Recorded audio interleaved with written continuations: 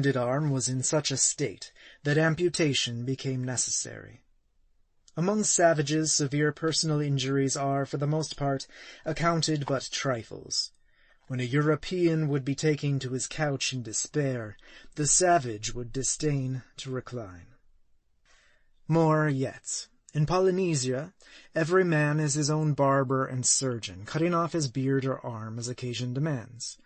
No unusual thing for the warriors of Varvu to saw off their own limbs desperately wounded in battle. But, owing to the clumsiness of the instrument employed, a flinty serrated shell, the operation has been known to last several days. Nor will they suffer any friend to help them, maintaining that a matter so nearly concerning a warrior is far better attended to by himself. Hence it may be said that they amputate themselves at their leisure, and hang up their tools when tired. But, though thus beholden to no one for aught connected with the practice of surgery, they never cut off their own heads that ever I heard, a species of amputation to which, metaphorically speaking, many would-be independent sort of people in civilized lands are addicted. Samoa's operation was very summary. A fire was kindled in the little caboose or cook-house, and so made as to produce much smoke. He then placed his arm upon one of the windlass bits, a short upright timber breast-high, and seizing the blunt cook's axe would have struck the blow, but for some reason distrusting the precision of his aim, Annatoo was assigned to the task. 3 strokes, and the limb from just above the elbow was no longer Samoa's, and he saw his own bones, which many a centenarian cannot say. The very clumsiness of the operation was safety to the subject. The weight and bluntness of the instrument both deadened the pain and lessened the hemorrhage. The wound was then scorched and held over the smoke of the fire, till all signs of blood vanished. From that day forward it healed, and troubled Samoa but little.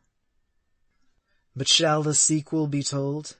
How that superstitiously averse to burying in the sea the dead limb of a body yet living, since in that case Samoa held that he must very soon drown and follow it, and how that equally dreading to keep the thing near him, he at last hung it aloft from the topmost stay, where yet it was suspended, bandaged over and over in cerements. The hand that must have locked many others in friendly clasp or smote a foe was no food, thought Samoa, for fowls of the air nor fishes of the sea. Now, which was Samoa, the dead arm swinging high as Haman, or the living trunk below? Was the arm severed from the body, or the body from the arm? The residual part of Samoa was alive, and therefore we say it was he. But which of the writhing sections of a 10 times severed worm is the worm proper? And the smoke of Waterloo blown by, what was Anglesea but the like?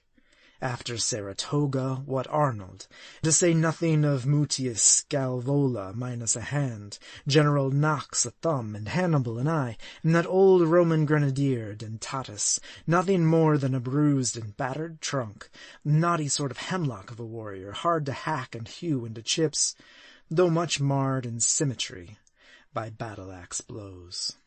Ah, but these warriors, like anvils, will stand a deal of hard hammering, especially in the old knight-errant times.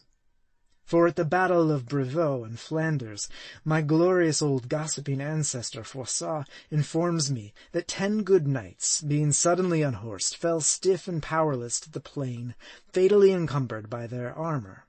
Whereupon the rascally burglarious peasants, their foes, fell to picking their visors as burglars, locks, or oystermen oysters, to get at their lives. But all to no purpose, and at last they were fain to ask aid of a blacksmith, and not till then were the inmates of the armor dispatched.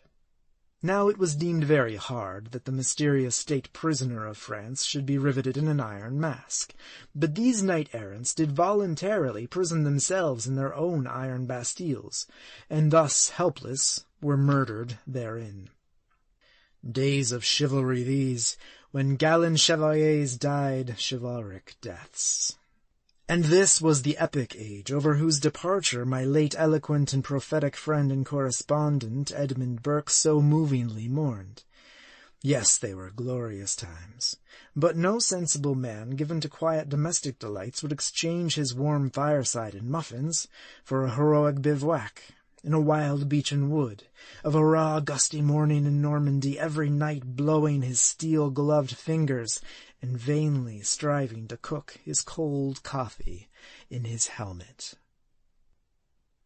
End of chapter 24.